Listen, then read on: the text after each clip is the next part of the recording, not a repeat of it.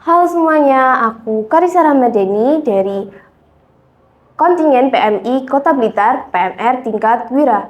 Teman-teman tahu nggak sih bahwa dulu para tenaga medis militer seringkali dijadikan sasaran karena tidak dikenali sebagai satuan yang bertugas mengobati para korban.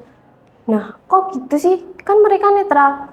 Nah, akhirnya diputuskan bahwa penggunaan lambang untuk menandai para tenaga medis. Tapi apa sih lambang itu? Apa saja bentuknya dan juga fungsinya apa sih? Nah, pada kesempatan kali ini kita akan membahas bareng-bareng tentang itu semua. Nah, yang pertama, lambang. Lambang itu apa sih? Nah, lambang ini merupakan suatu identitas atau sesuatu bentuk yang bisa mengidentifikasi bahwa seseorang itu bagian dari perusahaan, organisasi, atau yang lain-lain. Nah, kesempatan kali ini kita membahas tentang lambang gerakan palang merah, di mana artinya lambang ini menunjukkan bahwa lambang itu digunakan untuk menunjukkan bahwa seseorang atau sesuatu itu bagian dari gerakan palang merah. Lalu untuk saat ini penggunaan lambang yang sudah diresmikan itu ada 3 teman-teman, yaitu lambang palang merah, bulan sabit merah, dan juga kristal merah. Kita akan bahas bareng-bareng tentang itu semua. Yang pertama adalah lambang palang merah. Lambang palang merah ini lahir ketika dulu, seperti yang saya ceritakan di awal, perbedaan lambang. Dulu itu, setiap tenaga medis negara memiliki lambang yang berbeda-beda dan hanya diketahui oleh negara itu saja. Nah, akhirnya membuat para tentara itu tidak mengenali tim medis dari negara lawan. Akhirnya diputuskan untuk menggunakan lambang yang diketahui oleh semua orang dan digunakan oleh semua negara.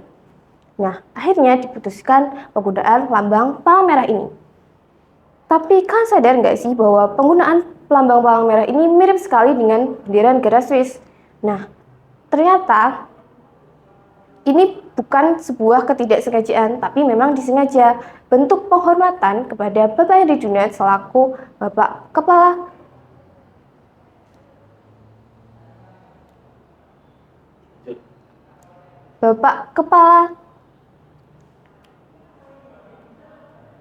Bapak Palang Merah Internasional.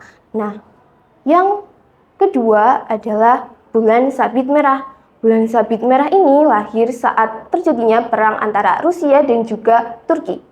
Di mana saat itu pemerintahan Turki tidak berkenan menggunakan palang merah, tapi akhirnya beliau memutuskan untuk mengajukan penggunaan bulan sabit merah kepada tim medisnya.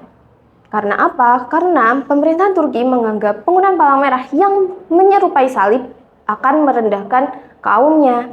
Nah, yang ketiga adalah kristal merah. Kristal merah ini memiliki fungsi yang sama seperti dua lambang yang sebelumnya. Tapi kenapa mereka memutuskan untuk meresmikan penggunaan kristal merah padahal fungsinya sama? Nah, ini tuh karena ada beberapa negara yang tidak mau atau tidak berkenan menggunakan dua lambang sebelumnya. Seperti itu teman-teman. Nah, setelah mengetahui sejarah singkat lambang tadi, kita jadi tahu dong fungsi lambang. Fungsinya sebagai tanda pengenal dan juga sebagai tanda perlindungan. Paham nggak sih maksudnya? Oke, kita bahas bareng-bareng supaya kita semua paham. Tanda pengenal sebagai tanda yang menunjukkan bahwa seseorang atau sesuatu itu merupakan bagian dari gerakan palang merah. Seperti yang saya kenakan seperti ini merupakan lambang Palang Merah Indonesia, di mana saya merupakan PMR yang dinaungi oleh Palang Merah Indonesia. Nah, selanjutnya adalah sebagai tanda perlindungan. Ini masih berhubungan dengan fungsi yang pertama. Ketika sudah diidentifikasi itu merupakan bagian atau milik dari gerakan palang merah, sudah seharusnya itu dilindungi. Seperti mungkin saat ada tenda pengungsian, itu harus dilindungi. Nah, selesai sudah pembahasan kita tentang fungsi lambang. Selanjutnya kita ke penggunaan lambang. Penggunaan lambang ini itu pastinya kita sudah paham dong penggunaan lambang yang benar. Seperti para staf palang merah yang menggunakan lambang di baju dinasnya. lalu baju yang saya kenakan, dan yang lain-lain. Tapi ternyata ada bentuk penyalahgunaan lambang saat ini. Nah, contohnya seperti ini teman-teman. Ini merupakan lambang palang merah yang dimodifikasi dan digunakan untuk lambang lain. Dan ini merupakan bagian dari peniruan. Lalu yang kedua adalah obat merah. Mungkin kalian tidak akan menyangka-nyangka bahwa ini merupakan bagian dari penyalahgunaan lambang. Karena dari kemasan ini kita mengetahui bahwa ini menggunakan lambang palang merah. Dan gimana ini tidak diperbolehkan teman-teman.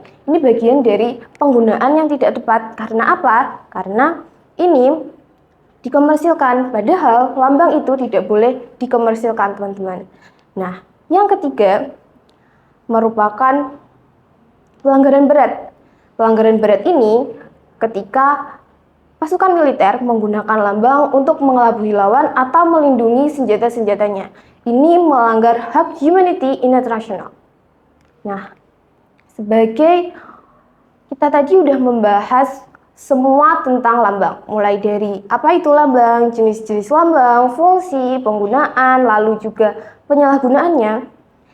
Kita jadi tahu dong gimana penggunaan lambang yang benar. Nah, sebagai orang-orang yang sudah paham, aku berpesan kepada kalian semua, jangan pernah menggunakan lambang secara sembarangan. Karena ini sebenarnya sudah diatur oleh undang-undang, bahkan apalagi ketika kalian menggunakan ini untuk dikomersilkan teman-teman. Nah, sekian pembahasan kita kali ini. Sampai jumpa.